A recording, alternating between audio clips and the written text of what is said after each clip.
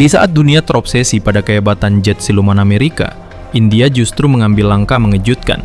Sebuah keputusan yang bisa mengubah peta kekuatan udara di Asia. India menolak jet tempur F-35 buatan Amerika Serikat. F-35 jet siluman kebanggaan Pentagon ditawarkan langsung oleh Presiden Donald Trump kepada Perdana Menteri Narendra Modi dalam pertemuan diplomatik bergengsi di Gedung Putih. Namun Narendra Modi menolak. Penolakan ini bukan sekadar soal spesifikasi teknis atau harga semata. Ini adalah pesan politik yang sangat jelas, bahwa India tidak mau lagi menjadi sekadar konsumen dalam sistem pertahanan global yang dikendalikan Barat. Sebaliknya, New Delhi kini lebih tertarik pada sesuatu yang selama ini ditakuti oleh Washington dan Paris. Akses penuh kode sumber, kedaulatan penuh atas jet tempur masa depan mereka. Dan di saat yang bersamaan, Rusia muncul dengan tawaran yang nyaris mustahil ditolak. Jet tempur siluman Su-57E versi ekspor dari Su-57 bukan hanya menjanjikan teknologi generasi kelima, tetapi juga kebebasan mutlak bagi India untuk memodifikasi, menanamkan sistem senjata buatan dalam negeri hingga mengintegrasikan AI tempur. Bahkan Moskow menawarkan akses ke kode sumber penuh, sesuatu yang bahkan Amerika dan Prancis tidak pernah berani berikan. Bandingkan dengan jet Rafale buatan Prancis. Hingga kini radar AESA Thales dan komputer misi modularnya masih dikunci rapat dengan alasan hak paten dan kontrol ekspor. India hanya bisa menerima, tanpa bisa mengubah. Dan F-35 jet ini dikenal sebagai sistem siap pakai. Anda tidak bisa menyentuh isi perutnya, tak bisa modifikasi, bahkan untuk menambahkan rudal buatan sendiri pun hampir mustahil. Inilah kenapa India makin fokus pada inisiatif Atmanirbhar Bharat, atau India yang mandiri. Sebuah ambisi besar untuk keluar dari ketergantungan sistem senjata asing dan membangun kemandirian industri pertahanan nasional. Apalagi ancaman dari dua arah Pakistan dan Cina semakin nyata.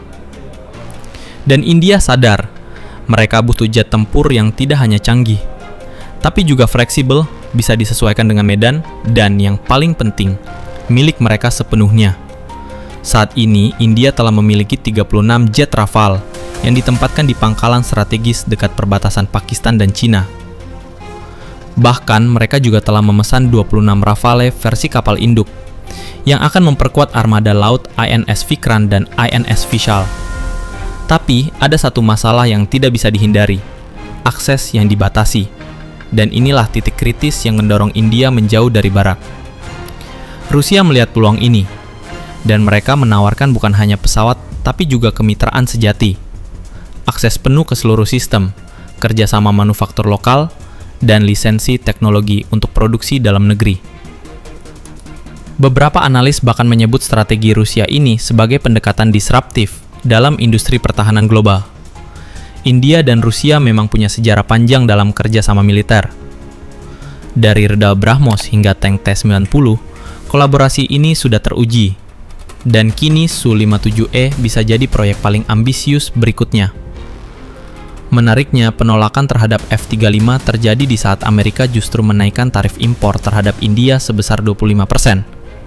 Tapi India tak membalas. Mereka memilih fokus memperkuat perdagangan energi, emas, dan teknologi, tapi tidak dengan sistem pertahanan. Di sini New Delhi tegas, tidak akan ada lagi ketergantungan mutlak, tidak akan ada lagi sistem yang tidak bisa disentuh. India sedang membangun masa depan kekuatan udaranya, dan mereka ingin menjadi tuannya sendiri.